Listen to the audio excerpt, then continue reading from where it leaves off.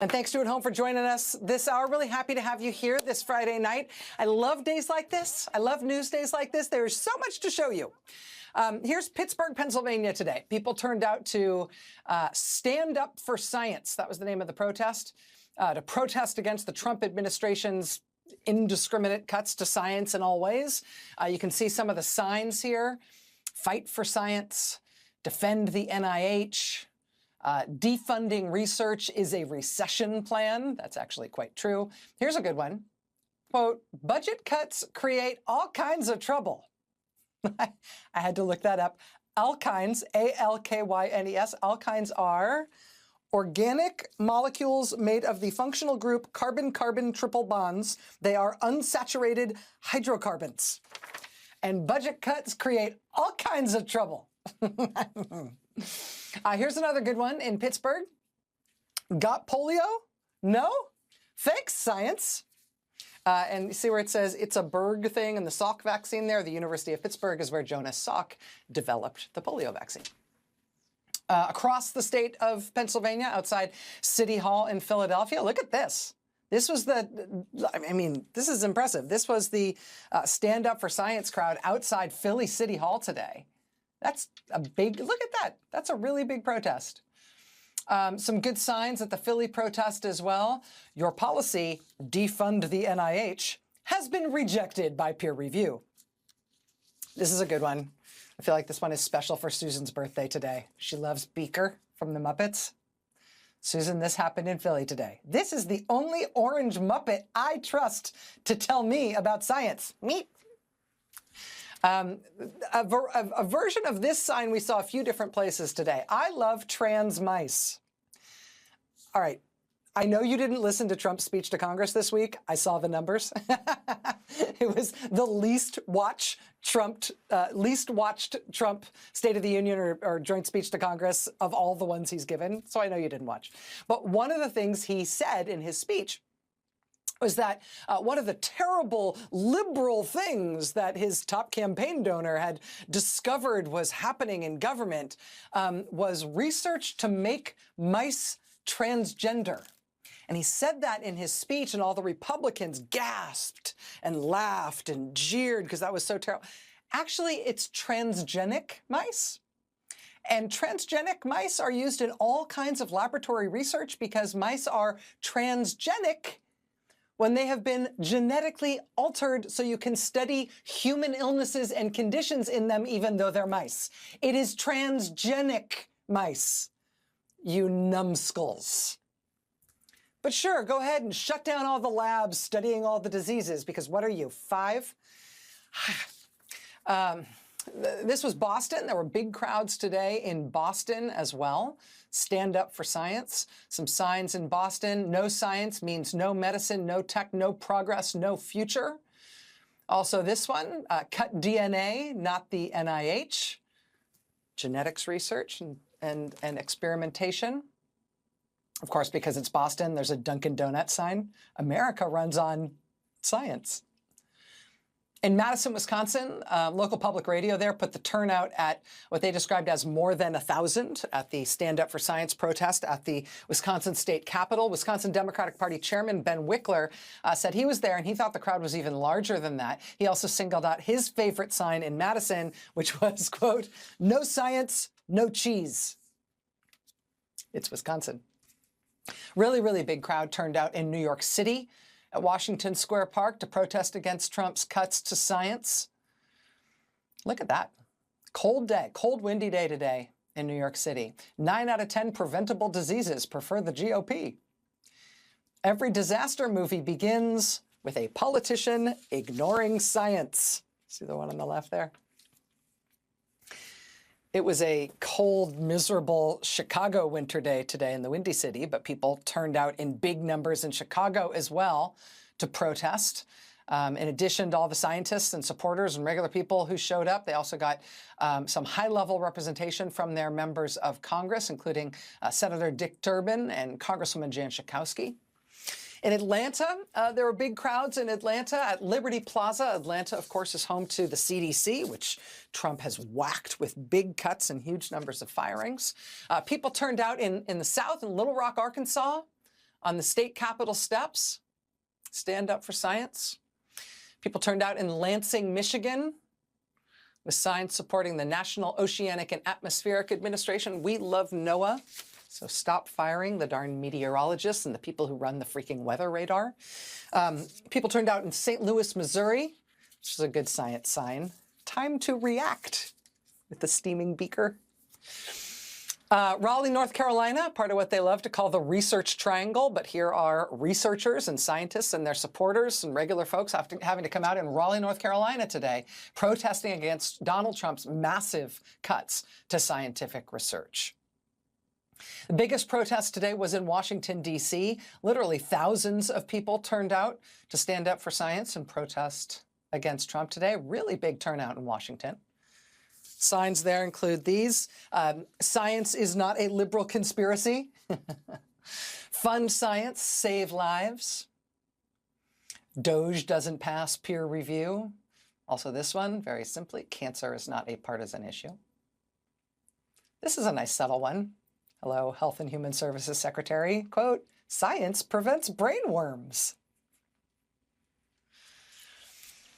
Stand Up for Science protests happened all over the country today. And this was a big national organizing effort that was led by a small cadre of people just directly affected by these cuts. Graduate students and doctoral candidates and young scientists called this march today in Washington, and then soon dozens of satellite marches sprung up all around the country, and you saw the evidence of that there. In addition to sort of nationally organized protests like that, we're also increasingly seeing just essentially local and independent protests pop up. Protests coming together in individual cities. Like this big protest yesterday in Trenton, New Jersey, people with disabilities and their families and just angry, worried members of the public turning out in Trenton yesterday protesting against the cuts that Trump is planning to Medicaid. Medicaid, among other things, is the primary health insurer for people with disabilities of all ages and all income levels. Medicaid covers tens of millions of people in this country. It covers more than 40% of all births in this country. People turned out in Trenton, New Jersey yesterday to say, don't cut Medicaid. Along the same lines, just an independent single city protest, there was this protest of worried, angry local folks in Nashville, Tennessee. Came out yesterday to protest, to defend Social Security, just right outside their local Social Security office in Nashville. Protesters are pushing back tonight against possible staffing cuts at the Nashville Social Security office. Thanks for joining us tonight at 10. I'm Lauren Lowry. Dozens of people rallied outside the office today. Our Sharon Dankwa has a look at why they say cuts could directly affect them here in the mid-state. No closures, no cuts, protect SSA. Today, we're gathered here not just as individuals, but as a community of people who understand the vital role that Social Security plays in so many lives. Resources provided in this building, Jennifer Brinkman says so many could be taken for granted. I know firsthand how essential these offices are, especially this office right here. When my significant other, Greg, was diagnosed with cancer and could no longer work, we turned to this office for help. So when she heard the Department of Government Efficiency could cut Social Security staffing nationwide by 50%, she organized this rally. Our money, we paid, hands off of SSA. I was in Nashville, Tennessee yesterday, some local coverage of that local protest standing up for Social Security. We've also been looking today at local news reports about brand new little grassroots groups springing up in places like central Minnesota. They're going to be protesting tomorrow in St. Cloud. Another one expected from a coalition of small local groups in Muskegon, Michigan this weekend. Republicans are now trying to sell the line that it is only paid protesters, professional, full-time protesters funded by shadowy globalists who are the people who are criticizing what Trump is doing. They are trying to say that none of these protests are real Americans and any criticism of Trump is somehow inauthentic. That is just, I mean, I understand why they might want to say that for political effect. It is absolutely belied by what we are seeing every single day all over the country. It's honestly hard to keep track of the numbers of different ways and different places and different groups that are standing up and saying no. Protests are happening all over the country all the time. People are also pushing hard to get their Republican members of Congress to meet with them, to answer their constituents' questions about whether they agree with what Trump is doing. Constituents are sometimes going to comedic lengths to try to get their members of Congress to agree to speak to them. It might seem like the packed room at the UP 1st Congressional District Town Hall had front row access to District Representative Republican Jack Bergman. But at a closer glance, you will see they were talking to an empty chair. That's because Bergman did not attend. They were invited. The receipts are here.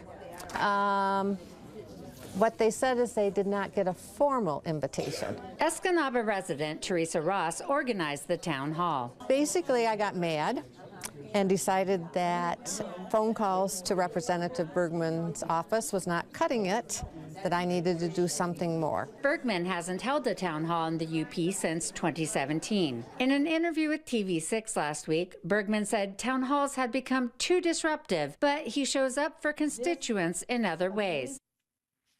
He shows up for his constituents in other ways, just not when they're there in Escanaba in his district and they want to talk to him. Congressman Jack Bergman has apparently been too afraid to hold a town hall with his own constituents for the past 8 years. But they want to talk to him. He represents a district in northern Michigan. Next door in Wisconsin, tomorrow at 11 a.m., Democratic Congressman Mark Pocan is going to hold a town hall in his Wisconsin district, and he is a Democrat. So he represents a Democratic district, but he is holding this town hall tomorrow way over in the corner of his district, as close as he can get to the neighboring congressional district that's represented by a Republican, by Republican Derek Van Orden. Mark Pocan, the Democrat, put out a press release today saying, quote, "The town hall will be held less than 10 miles from the border of Wisconsin's 3rd congressional district, represented by Republican Derek Van Orden." Congressman Pocan has invited constituents from both his district and the neighboring 3rd district to hear from a member of Congress. With the implication being that they're certainly not going to hear from their own. Mark Pocan later said online, quote, "We've officially invited Derek Van Orden to join us this Saturday at our town hall in Belmont. We are hearing he hasn't had an open public town hall, so we thought he could observe ours so that he could replicate in his district. Looking forward to him sharing his views." So there's a lot to keep track of, obviously. There's so much that seems just indefensible or inexplicable from the Trump administration. It can be hard to keep up with it just on a day-to-day basis. Late tonight, for example, there's news from local offices of the National Weather Service that in Albany, New York, and in the state of Maine, the Weather Service is no longer able to launch its weather balloons, which is a standard part of how they do weather forecasting. You put weather balloons up there and get sensitive atmospheric readings on temperature and wind data and dew point and relative humidity and barometric pressure, all of the stuff that you need to be able to make accurate weather forecasts. A couple of weeks ago, we had heard out of Alaska that they didn't have enough staff at their weather service offices to put up their weather balloons in Alaska. Now tonight, we're learning that that is also true in Albany, New York, and in Maine. Cuts to the Weather Service, cuts to the National Oceanic and Atmospheric Administration are going to hit Americans right at home, right away, as already we can't do some of the forecasting things we would normally be doing on an average Friday night in March. Tonight, this hour, we're going to be talking about some of the really big ticket items that we're seeing going on, stuff that you have probably seen at least headlines about elsewhere. Our military and intelligence cutoff of Ukraine, basically making the overt and knowing decision to hand feed the Ukrainian people into the Russian army. We've got new news on that tonight, particularly on the boomerang effect that is coming back at us on the intelligence side. I think you're really going to want to hear about that. It's an interesting story. We've also got news tonight on more mass firings at the U.S. Department of Justice, where they really do appear to just be grabbing the building by the ankles, turning it upside down, and shaking out all the nonpartisan career people who work at the U.S. Justice Department so they can replace them all with Trump operatives. We'll have more tonight on both those stories, including an unsettling story that we are really trying to chase down about which apparently armed agents are playing a physical role in some of the things they are trying to do by force in Washington when it seems like they can't do them by law. That story, again, disturbing, something that we are still chasing, and that story's coming up. But I will also tell you, it is Friday night, and at the end of this 6th week of the Trump administration, it's clear you can't cover everything every day. And I get that, and I'm at peace with that. But I do feel like there's value in just trying to cover the field as much as possible, right? Trying to cover the pushback and the protests, especially when they're coming from places you wouldn't expect or from places the national media isn't always looking. So we're really trying to do that. I'm also just gonna keep trying to tell you some of the crazier or dumber things that are happening, even if they aren't getting a ton of attention elsewhere. And again, you can't cover everything. You got to make decisions. But some of the stuff that I feel like I need to prioritize on the show is just stuff you might not be hearing from other news outlets. For example, I think it's worth all of us knowing that the Donald Trump Jr. hunting buddy, who they put in charge of food safety at the FDA once they started firing all the regular science people who work at food safety at the FDA, the Donald Trump Jr. hunting buddy, who they put in charge of human food safety for our country, is a man who apparently has no scientific background at all, but he does hunt with Don Jr., and he did serve as a defense lawyer for an infant formula manufacturer whose product was associated with an, quote, elevated risk of a deadly bowel condition in premature infants. He was the defense counsel for that infant formula manufacturer. For what it's worth, the FDA tells us that Don Jr.'s hunting buddy will comply with an ethics agreement that includes specific recusals related to the baby food formula company. But representing the baby formula company associated with a deadly bowel condition in premature infants is apparently what recommended him for Donald Trump to pick him among all other available choices as the person who should be in charge of human food safety for the United States of America. And so now, tonight, there he is. You should also know that among the people who Donald Trump has fired from the Department of Homeland Security now was the person who managed the, quote, Cyber Sentry program. What is the Cyber Sentry program? It was described by CBS News today as the, quote, congressionally mandated program designed to continuously monitor and detect cyber breaches of the nation's power grid, pipelines, and water system, installing sensors across critical infrastructure designed to detect insider threats and foreign adversaries like China, Russia, and Iran. Because, yeah, who wants us to be protecting our pipelines, our power grid, and our water systems from cyber attacks? Who wants that? Who wants to be protecting that stuff? Make America great again, am I right? Donald Trump just removed the leadership of that program. You should also know that Donald Trump has also just fired the government's foremost expert, the nation's, quote, national taxonomist of the specific pest that almost completely destroyed the Florida citrus industry just a few years ago in 2019. There is a guy in the U.S. government who is the scientist in charge of making sure that pest doesn't again get into the United States to decimate Florida citrus trees. Just 6 years ago, that happened, and it reduced Florida's citrus industry to, quote, ghost groves. Some experts were writing off Florida citrus entirely. That was a multi-billion-dollar crisis in 2019. Donald Trump just fired the guy in charge of making sure it doesn't happen again. One of the world's leading scientists on that particular agricultural problem and pest. You should also know that amid all of this genius, very intelligent cutting of the United States government, the Department of Homeland Security has somehow, this past week, found $30,000 to air television ads, specifically in West Palm Beach, Florida, over last weekend, while Donald Trump was at his house in West Palm Beach, Florida. These are ads that explicitly thank Donald Trump for being so great. And the Department of Homeland Security is now spending your tax dollars to air those ads thanking Donald Trump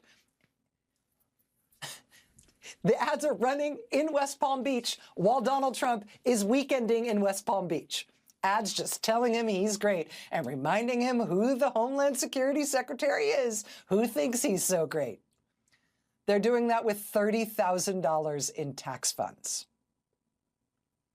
But sure, the guy who keeps the thrips and psyllids off the orange trees in Florida, no, Trump fired him because we can't afford him. Can't afford that. So, again, our attention spans are finite. We all only have so much bandwidth. Time is finite. But I will do everything I can to bring you all the news I can, especially if I think it's stuff that you might not be running into other places. That is a thing that happened. We lived through it. In Trump's first term, he briefly and inexplicably named this guy Matt Whitaker to be acting Attorney General of the United States, the masculine toilet, you've been squatched guy. Trump eventually claimed he didn't know Matthew Whitaker, had never heard of him. That was after he had named him as Attorney General. It was all a very weird series of events. But whatever happened to that guy? Trump has named him to something else this time around. He has named him to be the new United States ambassador to NATO? Matt Whitaker has no experience being an ambassador or being any kind of diplomat or having anything to do with diplomacy in any way or anything related to foreign policy. He also has no military experience. So obviously he's the perfect choice to be our ambassador to the world's largest military alliance. At his confirmation hearing this week, Whitaker was asked about the Trump administration's commitment to NATO. Whitaker told senators that commitment will be, quote, ironclad. Ironclad. He said that on Tuesday. On Thursday, Donald Trump himself characterized his commitment to NATO somewhat differently. Quote, Donald Trump has cast doubt on his willingness to defend Washington's NATO allies, saying he would not do so if they are not paying enough for their own defense. Trump telling reporters in the Oval Office, quote, it's common sense, right? If they don't pay, I'm not going to defend them. No, I'm not going to defend them. What's the opposite of ironclad? I mean, we all keep wondering if Donald Trump is going to pull the U.S. out of NATO, but he kind of just did by word, if not by deed, right? The NATO commitment is a commitment to defend each other. It only works if your adversaries believe you're going to do it. If the American president is now just out there saying, I'm not going to defend those other countries, that's kind of the whole ballgame, whether or not we formally withdraw from NATO or not. The latest Reuters Ipsos polling shows that while Americans did approve of Trump on foreign policy by 2 points in January, 39 to 37, they now disapprove of Trump on foreign policy by 13 points, 50 to 37%. When Americans are asked whether they personally sympathize more with Ukraine or Russia, 56% of Americans say Ukraine, 3% say Russia. 3%. Trump is in lonely territory here. And that stark public opinion on this issue raises the question as to whether or not there's going to be some democratic limit, some democratic friction in terms of how far Trump can push U.S. foreign policy to essentially make the United States into a subsidiary of the Russian Federation, right? Trumpistan or Ameristan, if we're lucky. Just this week, Trump cut off military aid to Ukraine. It was an order so sudden. NBC News reports that planes carrying military equipment to Ukraine were literally turned around in midair. Trump also cut off intelligence sharing with Ukraine, which is way more consequential than it might sound. From the Associated Press, quote, the suspension of intelligence disrupts Ukraine's ability to track and target Russian troops, tanks, and ships. Ukraine's other allies lack the same resources to fill the gap. In other words, we're forcing Ukraine now to fight blind. Today, Simon Schuster at Time magazine cites 5 senior Western and Ukrainian officials and military officers in reporting this. Quote, the U.S. decision to suspend the flow of military intelligence to Ukraine this week has aided the Russian advance along a critical part of the front, weakening the negotiating position of President Zelensky and killing many Ukrainian soldiers in recent days. Now we've learned that Trump has even cut off Ukraine's access to commercial satellite imagery purchased by the U.S.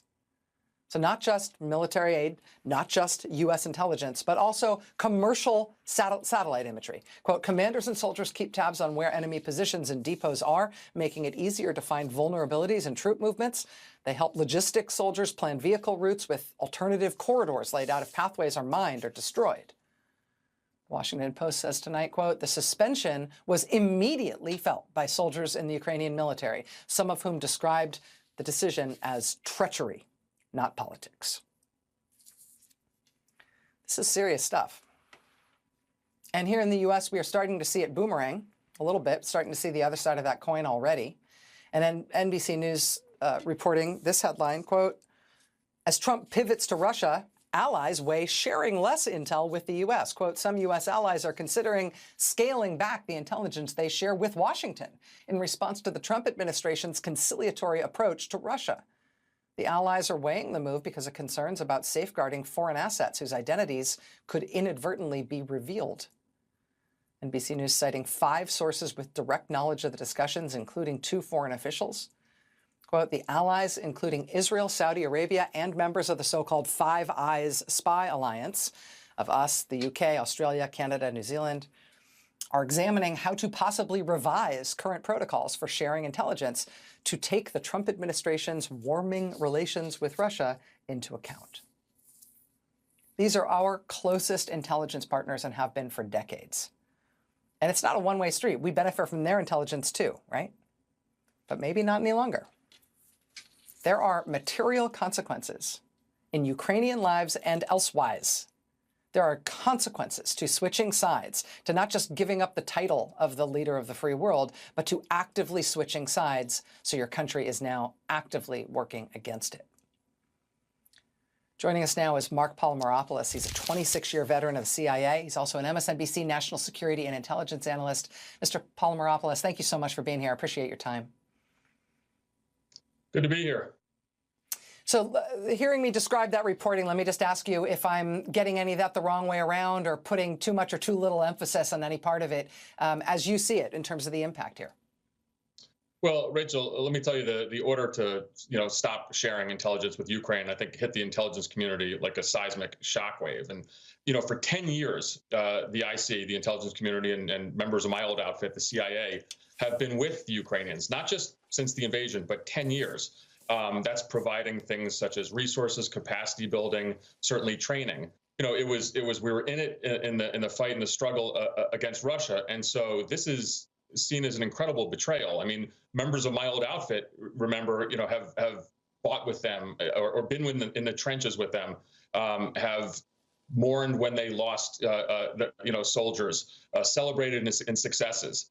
But to see, frankly, this not only kind of at one point a neutral stance by the United States, but now tilting towards Moscow, it's disorienting to members of the IC, the intelligence community, because again, we're now, in essence, on the side of an enemy. Given the nature of the fight right now between Ukraine and Russia, flipping the switch like this, not just stopping those planefuls of weapons, but also turning off the sharing of intelligence, turning off their access to commercial satellite material, it does seem like it's not just refusing to help. It feels like it is trying to rush Ukraine toward a catastrophic loss. I have read analysts say that with what we are now doing to them to effectively shove them toward defeat, that the question is existential for Ukraine, basically based on whether or not Europe can try to recreate some of what we were supplying. The removal of it essentially guarantees failure. Well, Rachel, the U.S. has been an incredible ally of Ukraine in the past, providing so many different things, not only, as you said, military ordnance equipment, but also key intelligence. And when we stop providing these targeting packages to the Ukrainians, that means that they can't hit, either Russian forces inside Russian occupied Ukraine or in Russia itself. And the result is the Russians will be able to then attack civilians in Ukrainian cities or, of course, Ukrainian military targets. But let's be very clear, Ukrainians are going to die because of this. And I think that's why this is absolutely so stunning. Again, an ally, that we were with side by side for a decade, we've now abandoned. And the Ukrainians who we were supporting, who we were with against, again, in the trenches, are really going to suffer. So it's an incredible moral injury for the U.S. intelligence community, but of course it's incredibly damaging for the Ukrainians who are going to suffer, and we saw that over the last several days with the results of these increased Russian drone and missile strikes. Yeah, and if this Time magazine reporting, Simon Schuster, is correct, you may be able to measure the cost of what Trump's done here in hundreds of lives already among Ukrainian soldiers. Mark Polymeropoulos, former senior CIA officer, I really appreciate you joining us on this tough story tonight. Thank you. All right, we got more news ahead tonight. Stay with us. All right, let's start with the photo. This appears in the New York Times. It looks like it might be from a freight elevator, maybe from the sort of atmospherics here, but you can see the caption there. Workers from the Department of Government Efficiency, DOGE, preparing to enter the offices of the U.S. African Development Foundation after U.S. Marshals opened the doors on Thursday afternoon. The New York Times and other places reporting on the kids from DOGE being let into this tiny federal agency that they had previously tried unsuccessfully to get into. They tried on Wednesday to get in, and the agency wouldn't let them in. They came back Thursday, and they were let into the agency by U.S. Marshals who opened the doors for them. Once inside, they reportedly changed the locks. So presumably behind those locked doors, they could go about the business of trying to dismantle that agency and fire everyone in it. Same basic story from the Washington Post, reporting that the DOGE kids showed up, quote, with 5 U.S. Marshals. The Post reporting that the people who work at that agency, they were warned by colleagues who were having lunch nearby who saw the DOGE kids coming, warned that the DOGE guys were on the way with U.S. Marshals. The staffers then used the stairs, not the elevator, to get out of the building. They slipped out that way. They left their belongings behind, quote, to avoid a confrontation with DOGE and the U.S. Marshals. So this is a very dramatic story, right, about a tiny agency created by Congress. Legally, only Congress has the authority to shut them down. Trump is trying to shut them down anyway, trying to use this DOGE entity that is under the control of his top campaign donor to do it. Maybe. They don't explain themselves much, but it seems like that's what they're doing. At this tiny agency, the staffers there tried to hold the line and keep operating as an agency by essentially keeping the doors closed, while the DOGE guys tried to muscle their way in, pounded on the door and said, let us in. Here's what I want to know, though. When those DOGE kids came back the second day, they came back on Thursday, and according to all the press reports, U.S. Marshals let them in the building. Was it U.S. Marshals? I mean, who is that in the elevator with the DOGE kids, really? We have reason to question whether the men reported as U.S. Marshals, now in multiple press accounts, are actually U.S. Marshals in the usual sense. We asked the Department of Justice about it, since the Marshals are part of DOJ. DOJ told us, quote, we are not making a statement at this time. We do request that you please verify with your sources to ensure your reporting would be accurate. We absolutely are trying. It would help a lot if you guys would answer the question. Are those U.S. Marshals? That said, while that sort of unsettling detail remains outstanding, while we literally cannot tell who it is that's showing up apparently armed to let DOGE staffers into locked doors that legally they may not be allowed to be in, while that remains unsettled, but this question of who is the armed escort for what DOGE is trying to do, the Justice Department appears to be conducting